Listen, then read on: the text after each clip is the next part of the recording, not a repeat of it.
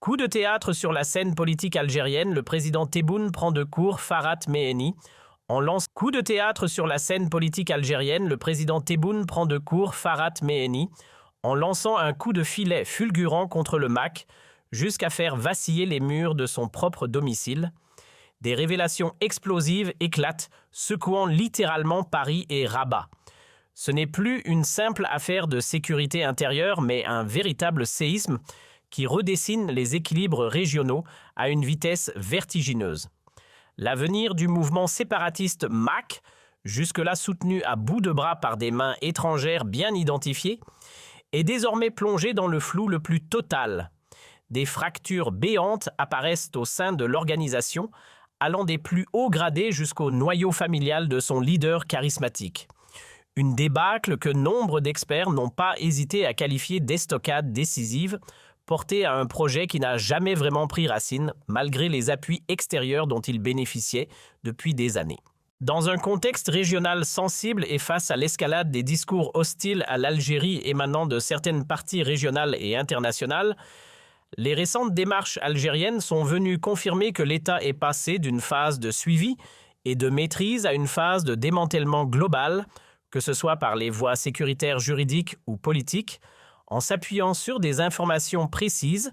et des données documentées révélant l'ampleur des liens suspects entretenus par le mouvement MAC avec des intérêts et des services étrangers, notamment le régime marocain, et certains cercles français, lesquels ont échoué selon plusieurs analystes à trouver un interlocuteur crédible au sein de la société algérienne capable de porter un projet de division. Ce qui a particulièrement retenu l'attention dans ces développements n'est pas seulement l'annonce officielle du démantèlement de réseaux et d'activités liées au mouvement MAC à l'intérieur et à l'extérieur du pays, mais aussi l'extension des enquêtes jusqu'à la sphère familiale de Farhat Méhenni. Les déclarations de son fils ont ainsi provoqué une véritable déflagration médiatique et politique, non seulement pour Farhat Méhenni lui-même, mais aussi pour tous ceux qui avaient parié sur la possibilité d'enraciner ce projet séparatiste,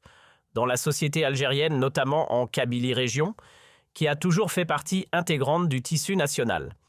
Dans des déclarations brèves mais lourdes de sens, le fils de Farhat Méhenni a clairement exprimé son désaveu total des idées séparatistes de son père, affirmant qu'elles ne le représentent ni lui, ni ses frères et sœurs, ni l'ensemble de la famille. Il a souligné que ces idées ont été et demeurent une source de souffrance pour eux. Il a déclaré que toute idée de division de l'Algérie lui cause une profonde douleur, ajoutant que les projets de séparation laissent en lui une blessure ouverte, car il a grandi avec l'idée d'une Algérie unie et indivisible. Il a précisé que ce sont ses amis qui l'informaient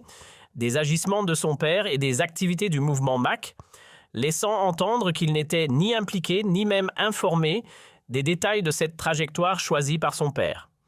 Il a également expliqué avoir vécu en banlieue parisienne, tout en restant profondément attaché à ses racines algériennes,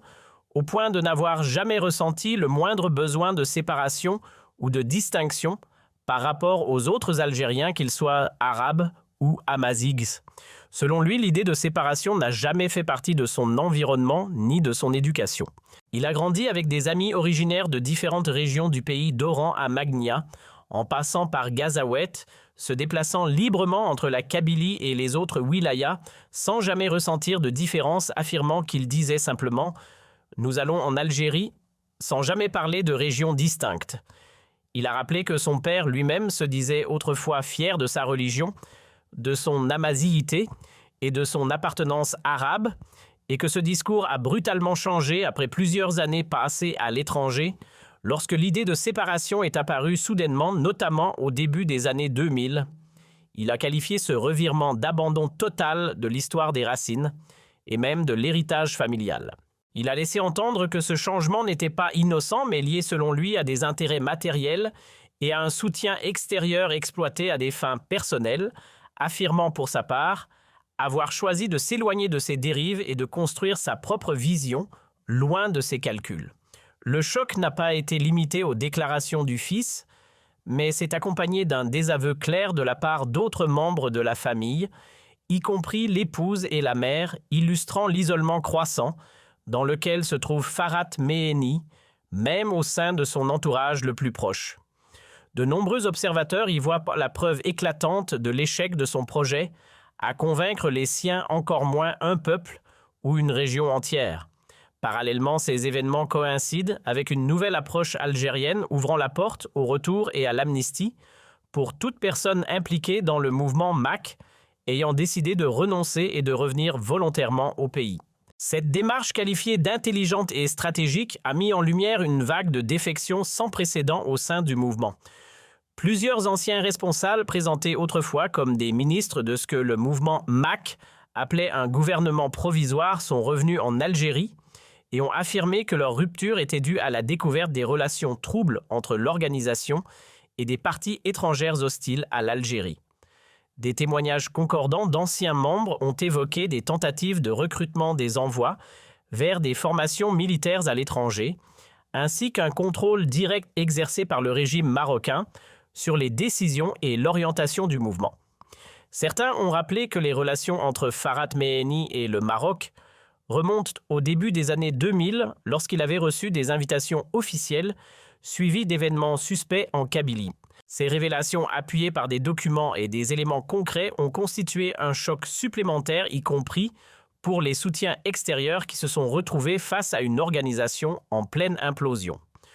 De nombreux analystes estiment que la France et le Maroc ont subi un revers majeur dans ce dossier, notamment après l'échec de Paris sur Farhat Meheni, comme interlocuteur crédible à promouvoir sur la scène internationale, alors que l'Algérie apparaît aujourd'hui plus unie et plus apte à dévoiler et neutraliser les tentatives de déstabilisation grâce à une approche combinant fermeté sécuritaire et ouverture politique et sociale. Dans ce contexte général marqué par une accélération notable des événements, la conclusion qui s'impose est celle d'un moment charnière dans la gestion par l'Algérie des dossiers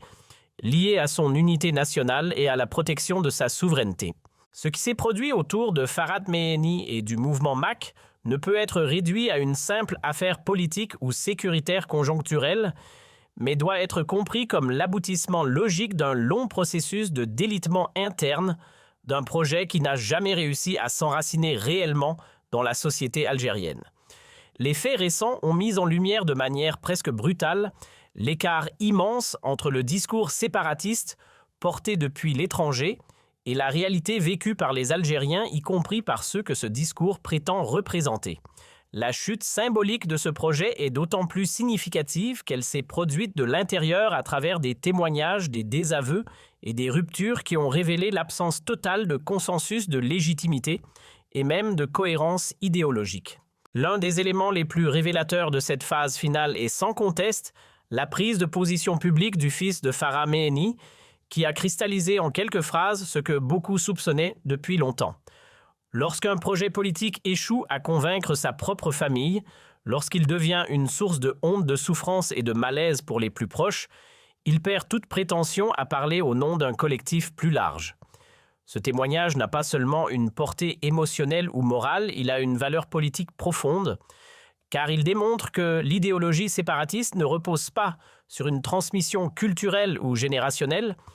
mais sur une construction artificielle, souvent alimentée par des intérêts extérieurs et des calculs personnels. Le fait que ce rejet soit exprimé depuis l'étranger par un fils vivant en France, mais profondément attaché à son identité algérienne, renforce encore davantage la portée de ce message en brisant le mythe selon lequel la diaspora serait naturellement acquise aux thèses de la division. Par ailleurs, les vagues successives de défections et de retours volontaires en Algérie ont mis à nu la fragilité structurelle du mouvement MAC. Les récits des anciens membres, parfois présentés autrefois comme des cadres ou des responsables, ont exposé un fonctionnement interne basé davantage sur l'illusion, la manipulation et la dépendance à des soutiens étrangers que sur un véritable projet politique autonome. Ces témoignages ont également révélé un malaise croissant face aux liens entretenus avec des services et des agendas étrangers perçus par beaucoup comme une ligne rouge infranchissable. Pour nombre de ces repentis, le moment de rupture est survenu lorsqu'ils ont compris que leur engagement présenté comme une lutte identitaire ou démocratique servait en réalité des stratégies de déstabilisation régionale et des intérêts hostiles à l'Algérie. Dans ce cadre, la stratégie adoptée par l'État algérien apparaît comme un facteur déterminant dans l'accélération de l'effondrement du mouvement MAC, en combinant fermeté institutionnelle et ouverture politique, en ouvrant la porte au retour et à l'amnistie pour ceux qui renoncent volontairement à ces projets. Les autorités ont privé le mouvement MAC de l'un de ses principaux arguments, celui de la victimisation et de l'absence d'alternative. Cette approche a permis de distinguer clairement entre les instigateurs conscients d'un projet de division et ceux qui ont été entraînés parfois par naïveté ou désinformation dans une aventure sans issue. Elle a également renforcé l'image d'un État sûr de sa légitimité capable de faire preuve de confiance et de hauteur de vue tout en protégeant ses lignes rouges fondamentales. Sur le plan régional et international, ces développements ont mis dans une position inconfortable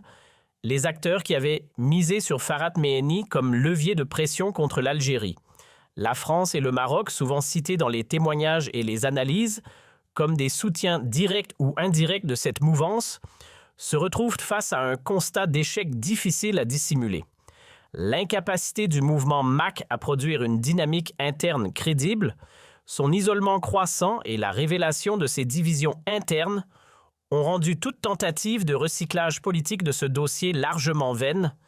Le projet séparatiste, autrefois présenté comme une cause émergente sur la scène internationale, apparaît désormais comme un dossier clos, discrédité et privé de toute perspective sérieuse. Il est également essentiel de souligner que cette séquence a renforcé paradoxalement le sentiment d'unité nationale au sein de la société algérienne. Les réactions venues de différentes régions, y compris de Kabylie, ont montré une convergence claire autour du rejet des thèses de la division et de l'attachement à une Algérie plurielle, diverse mais unie. L'identité amazighe, loin d'être opposée à l'identité nationale, a été réaffirmée comme l'une de ses composantes historiques et culturelles inscrites dans un cadre commun qui dépasse les tentatives de fragmentation.